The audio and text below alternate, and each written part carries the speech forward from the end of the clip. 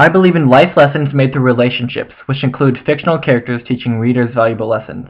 When deep in an interesting book, everyone has that special character or characters that they can relate and attach to. For me, this is true.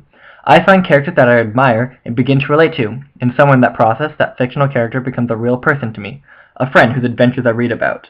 They pull me into books and excite me about series.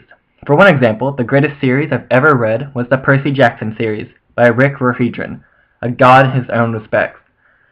And of course, I attach myself to the main protagonist, Percy Jackson. And no, not the Logan Lerman Percy Jackson, but the book one. But I still love Logan Lerman. When I first started reading the series in 2007, 2 years after it came out, I became perplexed. I had never read anything that compares to The Lightning Thief. This had started my devotion to my dear friend Percy. I continued reading about his adventures, breezing through the first series until its end. My friend Percy would take me on a vivid ride through the underworld to save his mom, through the sea of monsters to save Grover from Polyphemus and retrieve the Golden Fleece, to the peak of Mount Orthos to save Annabeth and Artemis from Atlas the Titan, down into the depths of the labyrinth to stop Luke from acquiring it as a highway for his armies of monsters.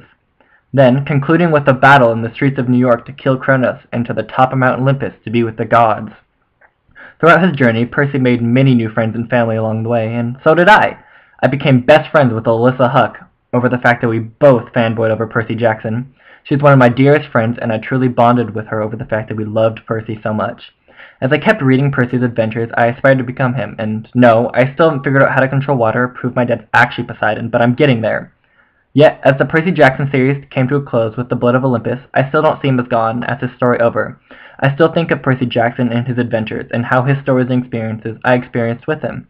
Percy and his friends have taught me many valuable lessons to be kind to people, even if you're your enemy. People change and become more considerate, because not everyone might be as gifted or privileged as you, to never give up, even if the odds are godly stacked against you, and that friends will support you through thick and thin, and that relationships are what truly make people stronger. Because of these life lessons, I'm now a much more friendly person, and I don't outwardly dislike people. I allow people second, third, fourth, and on the special occasion, fifth chances to be a better person and to prove themselves. I never give up, especially in my swimming career. And because of this, I'll probably make it to nationals one day soon. And I try to make friends with everybody, because the more people I have behind my back supporting me through thick and thin, the stronger I become emotionally and socially. Not to mention the fact that I really enjoy other people's company. I'm really a creature of habit. So whether or not you're a demigod or just a plain old boring mortal human, relationships are what truly teach us.